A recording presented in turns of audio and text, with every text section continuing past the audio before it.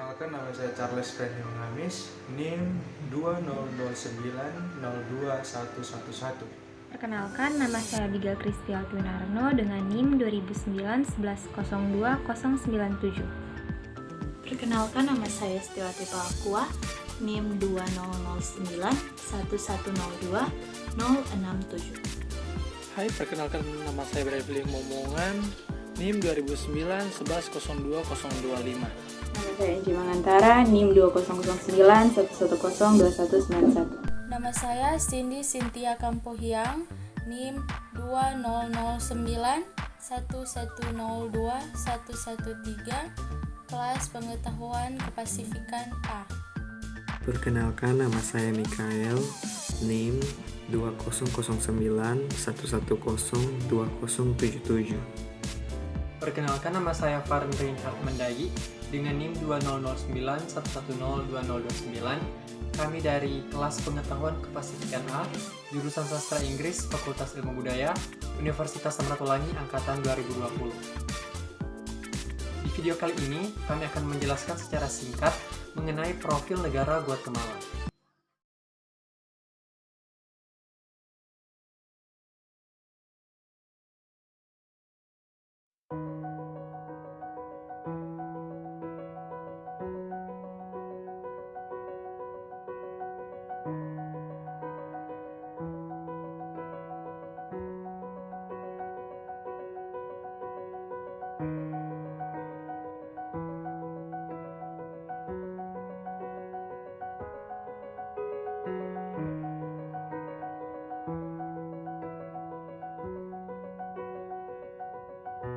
Guatemala adalah negara yang terletak di Amerika Tengah. Ia memiliki luas 108.889 km persegi. Guatemala merupakan negara ketiga terbesar di Amerika Tengah dan ukurannya sama dengan Irlandia dan Ohio. Guatemala berbatasan dengan Meksiko di bagian barat dan utara, Belize, Honduras, dan Laut Karibia di bagian timur, El Salvador di tenggara, dan Samudra Pasifik di selatan. Guatemala memiliki ibu kota yaitu Guatemala City. Ada beberapa pendapat mengatakan bahwa Guatemala berasal dari kata Cuantemalan yang berarti tanah pohon. Kata ini lebih identik dengan suku Aztec dibanding Maya. Ada juga yang mengatakan bahwa Guatemala berasal dari kata Guhatsemalha yang berarti gunung air muntah. Pendapat ini bisa dilihat adanya korelasi pada kondisi alam di Guatemala yang memiliki gunung berapi yang banyak di wilayahnya. Menurut William J. Griffith, DKK, kata dari Guhatsemalha ini mengacu pada gunung berapi yang menghancurkan Santiago de los Caballeros, yang merupakan ibu kota Spanyol pertama dalam wilayah Captaincy General. Kata Guatemala menurut penduduk asli yaitu berarti tanah hutan, yang dimana kata ini berasal dari dialek suku Maya yang diucapkan penduduk asli ketika Spanyol menaklukkan Guatemala pada tahun 1523. Guatemala adalah negara yang menjadi salah satu rumah bagi suku Maya. Suku Maya adalah suku yang banyak menyumbang ide-ide cemerlang mengenai arsitektur, seni, matematika, astronomi, serta bagaimana untuk bertahan hidup. Salah satu ilmu yang dikembangkan dan maju oleh suku Maya ialah bidang astronomi. Suku Maya dapat mengetahui tentang perpindahan matahari, bulan, dan khususnya planet Venus. Suku Maya dapat memprediksikan gerhana serta mungkin saja sudah mempelajari berbagai planet di tata surya. Berdasarkan fakta bahwa suku Maya bisa mempelajari semua bidang astronomi tanpa teknologi yang canggih yang digunakan pada saat ini. Dan menakjubkan lagi bahwa hal-hal yang dipelajari mengenai astronomi suku Maya sangatlah akurat. Tikal de Petén adalah salah satu warisan dari suku Maya yang berada di Guatemala.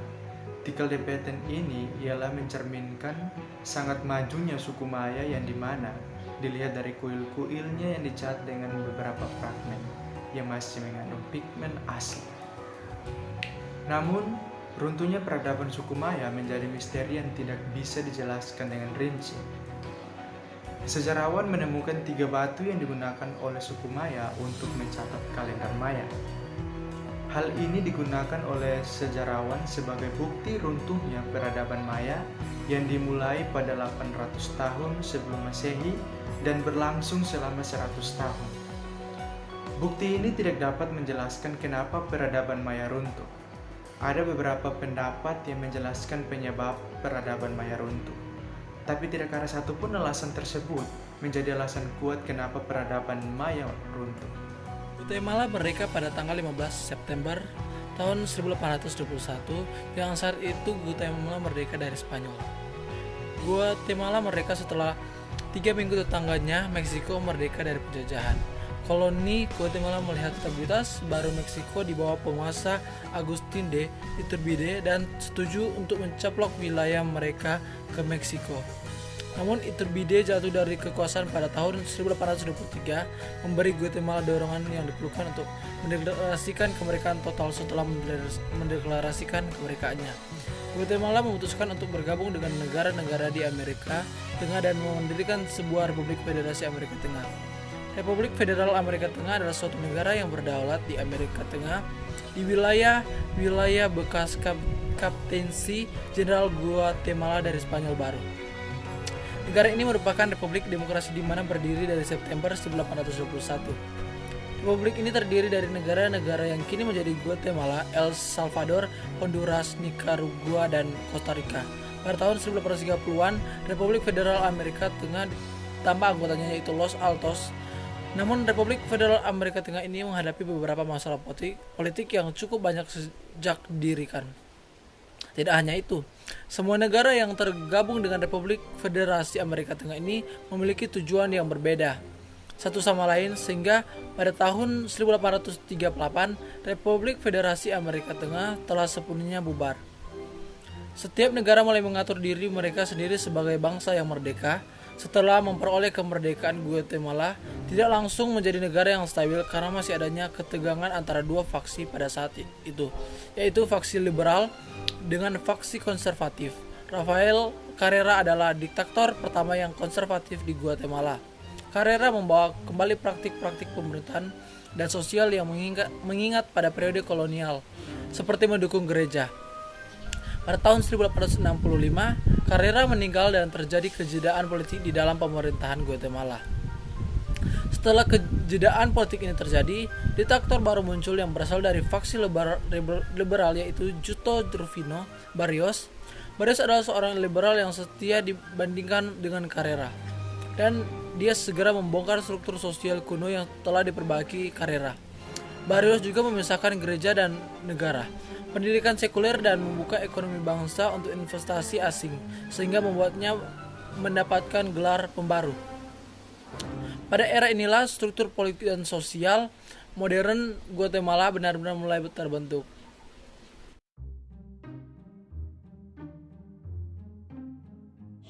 Budaya Guatemala. Guatemala memiliki budaya yang sangat dipengaruhi oleh sejarahnya, yaitu suku Maya dan budaya Spanyol yang pernah menjajahnya sekitar 2 abad. Penduduk Guatemala sebagian besar adalah campuran Spanyol dan suku Maya, dan campuran ini disebut mestizo. Penduduk yang tinggal di pedesaan banyak yang masih keturunan Maya. Bahasa resmi Guatemala adalah bahasa Spanyol. Namun bahasa nenek moyang Guatemala masih digunakan sampai saat ini, yaitu bahasa suku Maya. Bahasa suku Maya adalah Quiche. Walaupun Spanyol adalah bahasa resmi di Guatemala, banyak penduduk keturunan asli suku Maya tidak berbicara bahasa Spanyol. Ada 22 dialek suku Maya asli yang masih digunakan sebagai bahasa daerah di Guatemala. Dalam beragama, Guatemala berbeda dengan negara-negara tetangganya yang mana menjadikan Katolik Roma sebagai agama utama. Dengan sejarah suku Maya serta penjajahan yang dilakukan oleh Spanyol, membuat Guatemala memiliki agama yang berbeda karena Katolik di Guatemala selama bertahun-tahun membaur dengan agama-agama suku Maya kuno.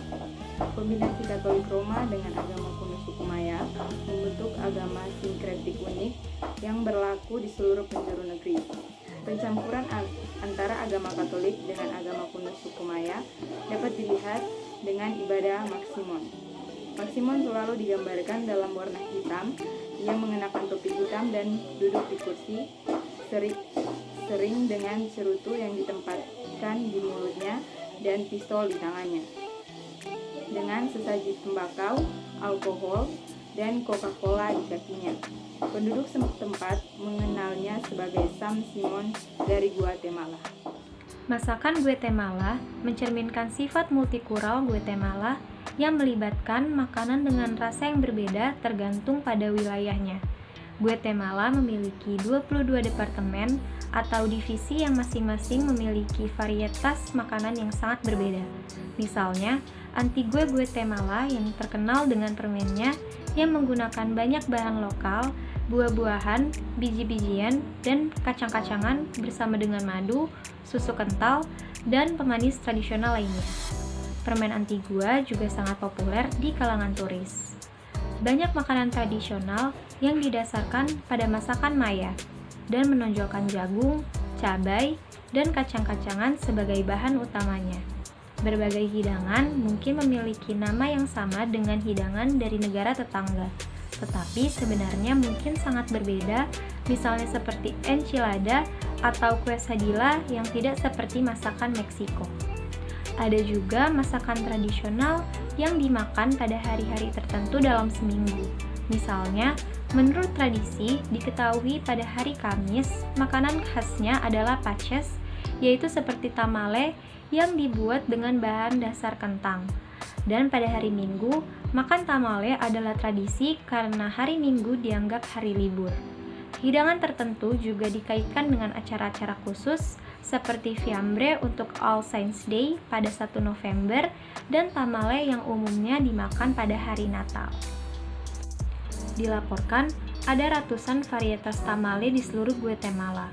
Variasi utamanya adalah apa yang ada di masa atau di adonan seperti jagung, kentang, dan juga nasi, dan apa yang ada di isian seperti daging, buah-buahan, dan juga kacang-kacangan.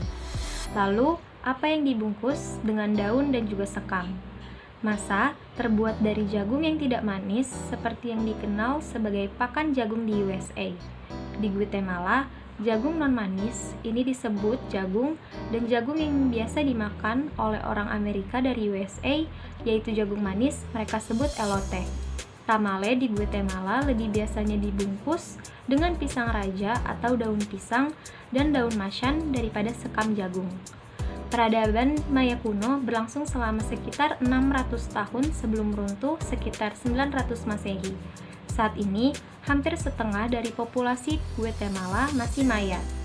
Penduduk asli ini tinggal di seluruh negeri dan menanam jagung sebagai tanaman pokok mereka.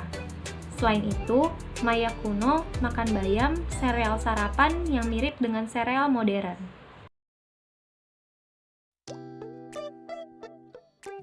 Pemanfaatan sumber daya alam yang baik membuat Guatemala menjadi penghasil kopi terbesar ketiga di dunia.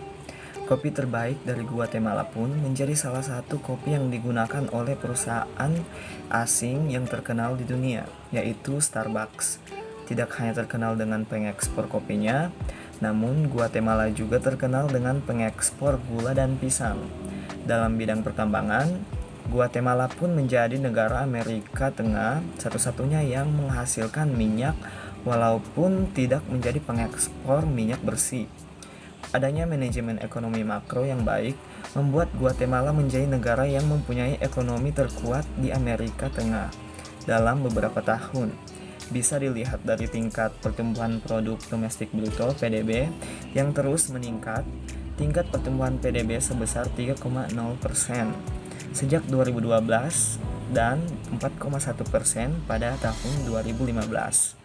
Pada 2017, ekonomi negara itu tumbuh sebesar 2,8%.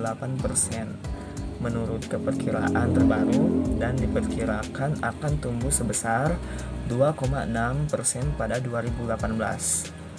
Peningkatan PDB Guatemala serta menjadi negara ke-80 dalam bidang ekspor ternyata tidak membuat negara ini jauh dari kemiskinan. Studi kajian kemiskinan Bank Dunia di Guatemala melaporkan bahwa negara itu mengurangi tingkat kemiskinan dari 56% menjadi 51% antara 2000 dan 2006. Namun, angka resmi menunjukkan bahwa kemiskinan meningkat menjadi 59,3% pada tahun 2014.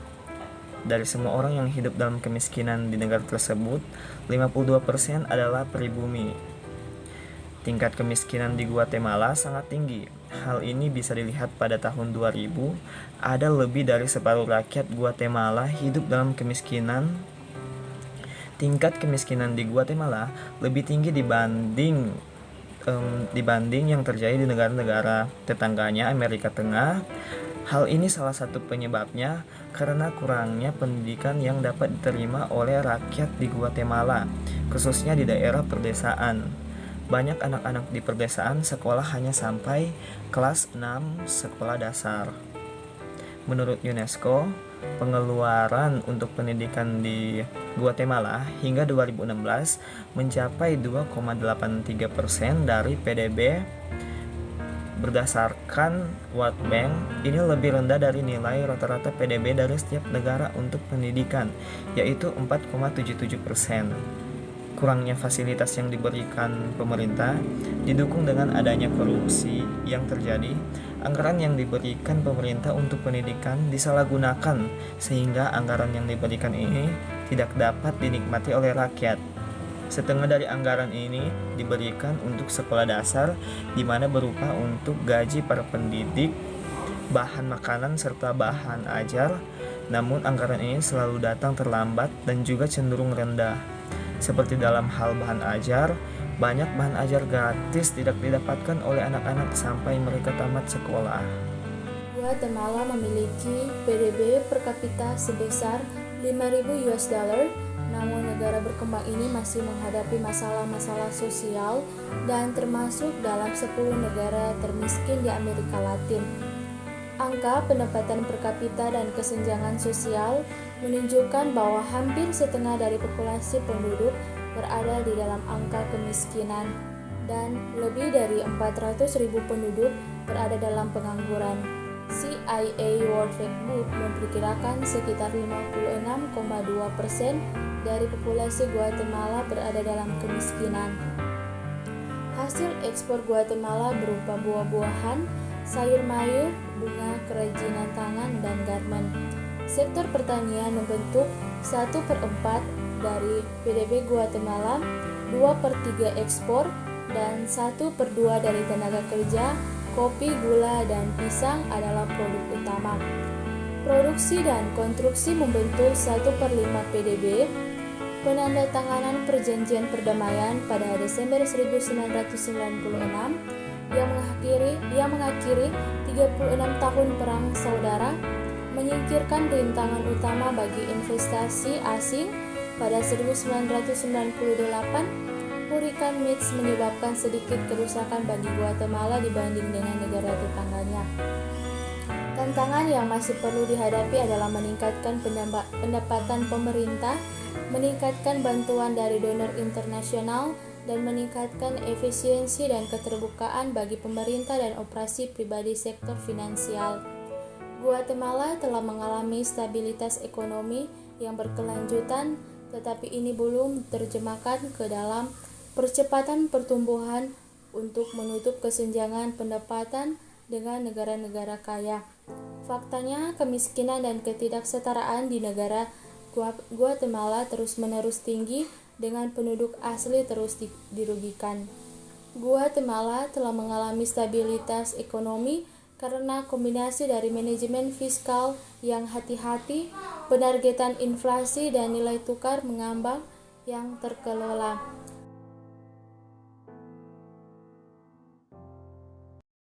Sistem pemerintahan dan politik di Guatemala. Setelah Guatemala merdeka, dalam sistem pemerintahannya pernah menganut rezim otoriter hingga militer. Namun, ketika revolusi terjadi, membuat perubahan dalam pemerintahan Guatemala berubah. Perubahan itu sampai menjadi pemerintah yang demokratis pada saat ini. Pemerintah Guatemala adalah republik demokratis yang representatif. Dengan pemerintahan yang demokratis ini, membuat Guatemala menjadi negara yang lebih stabil dibanding tahun-tahun di mana rezim otoriter maupun rezim militer menguasai negara ini. Guatemala dipimpin oleh presiden, di mana presiden menjadi kepala negara serta kepala pemerintahan. Dengan populasi 14 juta, negara beroperasi pada konstitusi yang disetujui pada tahun 1985 dan diubah pada tahun 1993. Pemerintahannya berfungsi melalui 3 cabang. Yang pertama, cabang eksekutif. Cabang eksekutif di pemerintahan ini dipimpin oleh Presiden Guatemala, di mana presiden dipilih oleh rakyat melalui pemilihan umum. Presiden dapat menjalankan jabatannya selama 4 tahun. Namun, ketika presiden habis masa jabatannya, ia tidak dapat mencalonkan dirinya untuk menjabat di masa jabatannya yang kedua. Tetapi, apabila wakil presiden ingin menjabat sebagai presiden, ia dapat mencalonkan dirinya setelah masa jabatannya habis sebagai wakil presiden. Presiden bertanggung jawab untuk memastikan bahwa cabang eksekutif yang terdiri dari kementerian menjalankan undang-undang yang disahkan oleh Kongres Guatemala. Selain itu, Presiden bertindak sebagai Panglima Angkatan Bersenjata dan merundingkan perjanjian dan hubungan internasional, menurut Pariona tahun 2017. Yang kedua, cabang legislatif. Guatemala adalah salah satu negara yang memiliki 1 kamar di cabang legislatif atau sering disebut dengan unicameral, menurut Lindex Mundi tahun 2018. Cabang legislatif ialah Kongres Guatemala atau Congreso de la República yang merupakan badan legislatif nasional. Badan legislatif ini mempunyai 158 anggota yang dipilih oleh rakyat untuk jangka waktu 4 tahun. Setiap anggota dipilih berdasarkan perwakilan proporsional daftar partai, 31 diantaranya dipilih dari daftar nasional. 127 deputi kongres lainnya dipilih untuk mewakili 22 departemen Guatemala. Jumlah wakil dari masing-masing departemen didasarkan pada ukuran populasi.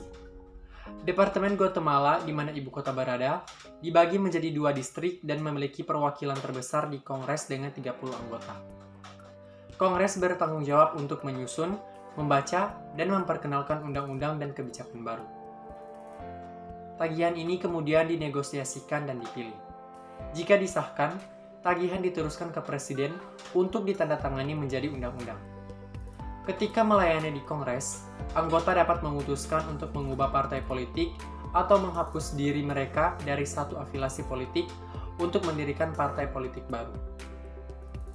Saat ini, 95 kursi dipegang oleh partai-partai politik untuk mendukung pemerintah dan 63 oposisi, menurut Pariona tahun 2017. Guatemala merupakan negara republik demokratis yang konstitusional, di mana ini dibagi menjadi 22 departemen dan diatur oleh 3 sistem cabang yang terdiri dari cabang eksekutif, legislatif, dan yudisial. Setelah adanya perjanjian perdamaian tahun 1996, berbagai anggota kelompok gerilya mencoba memasuki perpolitikan di Guatemala. Perempuan pun semakin aktif dalam berpartisipasi dalam program-program yang dibuat oleh pemerintahan. Dalam suasana politik yang sedikit lebih terbuka pada tahun 1990-an, beberapa partai baru muncul sebagai pesaing, yaitu Persatuan Pusat Nasional, Gerakan Aksi Solidaritas, Partai Kemajuan Nasional Neoliberal, dan Aliansi Nasional. Namun secara umum masyarakat Guatemala masih terlihat kurang percaya pada pemerintahannya sendiri karena banyak catatan buruk tentang pemerintah dalam meningkatkan keamanan dan ketidakmampuannya untuk menghentikan kejahatan dan kekerasan yang ada di negaranya. Hanya partai politik yang berwenang yang dapat mencalonkan kandidat untuk presiden, wakil presiden, dan kongres. Sejak Guatemala menjadi negara yang demokratis, ada beberapa partai politik menunjukkan tanda-tanda kelemahan dalam organisasi mereka karena partai mereka hampir sepenuhnya bergantung pada sumber pendanaan eksternal sehingga membuat partai-partai mereka sangat tidak stabil. Kekurangan struktural dalam partai politik Guatemala menimbulkan fenomena khas yang lain dari lingkungan pemilu seperti pemilu bersifat lokalisme. Dalam banyak kasus, kandidat lokal memiliki kepribadian kuat dengan berbagai pemilihan ulang di belakang mereka yang mengendalikan bantuan lokal dan struktur pendukung, pengadaan politik, dan bahkan distribusi pegawai kota dengan tujuan menciptakan basis dukungan pemilu yang kuat. Dalam kasus lain, dalam fenomena yang semakin mengkhawatirkan dengan beberapa wilayah tersebut, kekuatan kandidat di kota didasarkan pada akses mereka ke sumber daya ekonomi yang luas yang berasal dari perdagangan obat terlarang atau kejahatan terorganisir yang memungkinkan mereka untuk naik ke posisi penting dalam lingkungan pemilu kota atau departemen mereka. Melalui hadiah, kampanye, atau intimidasi terang-terangan dari musuh, dihadapkan pada kenyataan-kenyataan seperti itu. Struktur-struktur pusat partai politik nyaris tidak memiliki sumber daya yang cukup yang dapat mereka gunakan untuk berbagai di antara cabang-cabang lokal. Oleh karena itu, kandidat lokal adalah orang-orang yang memilih kandidat presiden, dan dengan demikian partai politik mendukung dalam setiap pemilihan dan bukan sebaliknya. Mayoritas partai politik mempresentasikan program mereka untuk pemerintah dengan fokus pada prioritas seperti keamanan, pekerjaan, pembangunan pedesaan, pendidikan, dan juga kesehatan. Demikianlah penjelasan singkat kami mengenai profil Guatemala. Semoga materi yang kami jelaskan dapat menambah wawasan kita tentang negara bagian Pasifik, khususnya Guatemala. Terima kasih.